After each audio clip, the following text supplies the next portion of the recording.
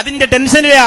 മകൻ ഇങ്ങനെ പിന്നാലെ നടക്കുമ്പോ മാറിപ്പോണ ഈ മോനെ എടുത്തോണ്ട് പോടി ഇവിടുന്ന്, എവിടെ പോയി കിടക്കുന്നു സുബ്ഹാനല്ലാഹ് എന്നൊക്കെ പറഞ്ഞിട്ട് ആകെ ഈ വീട്ടിനകത്തൊരു ഭ്രാന്താണല്ലോ റബ്ബേ. ബിസിനസ് പൊട്ടിയതിന്റെ ടെൻഷനാ.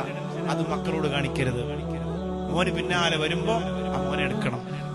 നിസ്കരിച്ചിട്ട് വുദു എടുത്തിട്ട്, നിസ്കരിക്കാൻ വേണ്ടി വുദു എടുത്തിട്ട് വേഗം, ഈ അശുദ്ധിയുടെ ചെറിയ പ്രശ്നമൊക്കെ ഉള്ളതുകൊണ്ട് വുദു എടുത്താൽ പെട്ടെന്ന് നിസ്കരിക്കണം. അങ്ങനെ വുദു എടുത്ത് നിസ്കാരത്തിന് വേണ്ടി ഓടി റൂമിലേക്ക് പോകുമ്പോ വാപ്പച്ചി വാപ്പച്ചി വാപ്പച്ചി എന്ന് പറഞ്ഞ ചെറിയ കുട്ടി ഒന്ന് വിളിക്കാണ്.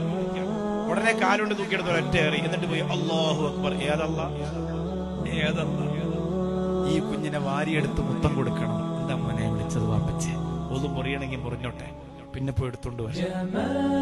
ആ മകനെ വെറുപ്പിച്ചിട്ട് നീ കൈകെട്ടിയിട്ട് കാര്യമില്ല. അതുകൊണ്ടല്ലേ ആരംഭ റസൂൽ സല്ലല്ലാഹു അലൈഹി വസല്ലമ തങ്ങൾ സുജൂദിൽ കിടക്കുമ്പോ ഹസൻ ഹുസൈൻ റളിയല്ലാഹു അൻഹു തലയിൽ കയറി അവിടത്തേക്ക് പരാതി ഇല്ലാത്തത് അതുകൊണ്ടാണ്.